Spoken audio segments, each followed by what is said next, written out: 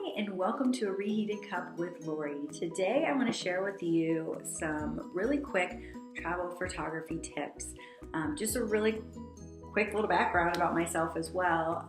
I am a professional photographer. I worked as a photojournalist for several years, traveling the world, taking pictures and capturing moments of other people, and then also doing a lot of wedding and family photography.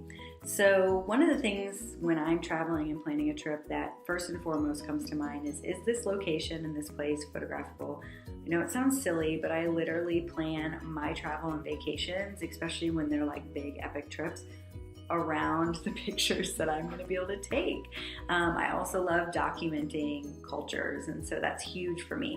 And now that I have kids, I love documenting my children in those epic places and with those different cultures.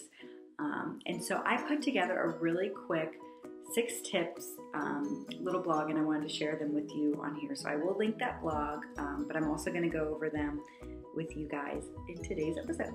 So number 1 is lighting. Lighting is everything in photography. For those of you who don't have a photography background, you may not realize, but photography is all about capturing light.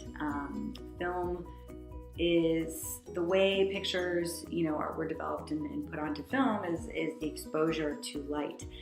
So making sure you have good light is important. So whether it's too bright or too dark, too harsh, or you're squinting because it's right in front of you, or the sun's right behind you and all you can get is silhouettes, which sometimes is really cool, but not if you're wanting to capture, faces and emotions. So always consider your lighting, and also use your lighting to create beautiful images and art. Filtered light is perfect. If you have open shade, even better. When I'm shooting professionally for a client, especially if it's portrait work, I always look for open shade at my venue. So when I'm traveling, I kind of do the same thing, especially when I'm shooting my girls, is try to find an open shade spot to shoot them. So that would be tip number 1. Tip number 2 is the rule of thirds. This is a really a really basic photography oh my gosh, I can't talk today. A really basic photography concept. There we go. But the rule of thirds is basically a grid, and it's making sure your image or your subject is in the thirds of the grid. So not only does this make it more visually appealing, it kind of helps guide you to the subject, and really improves images. We've all seen images where it's just kind of like that straight on, the subject's like right in the middle. And every once in a while that works and does look really good. But more than not, an image is improved with the rule of thirds. So a lot of times, I'll take a picture, really wide or something like that, and end up cropping it to fit the rule of thirds, just because it looks better and it's more dramatic. So number 3, do not try too hard. Take pictures of your kids in their element. If they're not wanting to pose and smile, don't pose and smile them. Move on. Don't stress out over it. You're there to travel, not just to take pictures, even if you're a photographer. So don't try too hard. Capture that image of them experiencing something for the first time, and just shoot.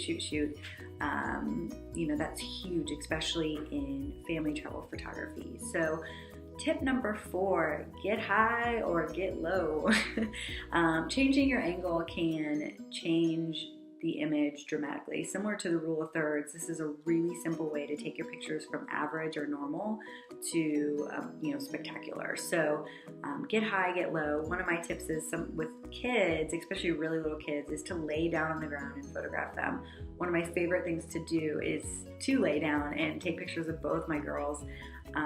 Even my 4-year-old, who's getting bigger, they turn out so much more interesting and exciting pictures. So number 5 is not a technical tip, but it is a very important tip, and that is to plan ahead.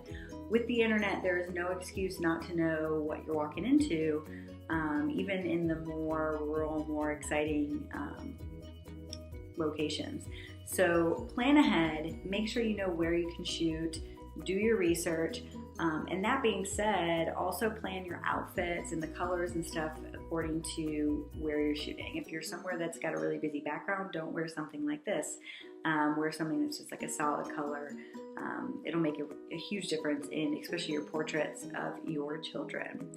So the last tip for you is something I see photographers, travel, whatever, always screwing up.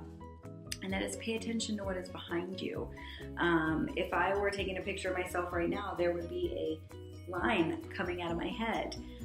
So if you can avoid that, get a different angle, move the subject, move the camera, move location. Sometimes something, initially will look like a really good spot to shoot, but it ends up not being so great because there's lots of distractions behind you. Another thing is to pay attention to the people. A little story from these super adorable pictures I took of Ella on the beach for our family vacation in Jacksonville this summer.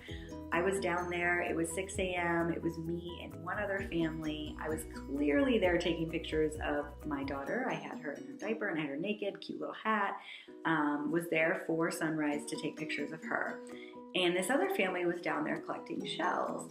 And they were a good distance away, which is why I set up where I set up, and kind of were slowly creeping towards me, but I was like, they know I'm here. It's very obvious what I'm doing. Not gonna be a big deal. Well, the mother decided that she was going to just walk right behind Ella and start picking up shells and stayed there for a while. And if you know anything about shooting babies, you know that it's very fleeting. So if they're happy and they're smiling, you have them there, you have your 5 minutes or whatever it is that they are going to not melt down, and you snap, snap, snap, snap, snap. So meanwhile, this lady's bending over in her bright blue shorts, and her rear end is right in the background of images. Luckily, we were shooting on the beach, so it's a relatively neutral background, so I was able to Photoshop it out. However, Photoshop is a pain in the butt, as most of you know. And some of you also don't even have the skills to do something like that. So, moral of the story is that mom was rude, but second moral of the story is make sure you're paying attention to what's behind you so you don't have to worry about editing it in the after.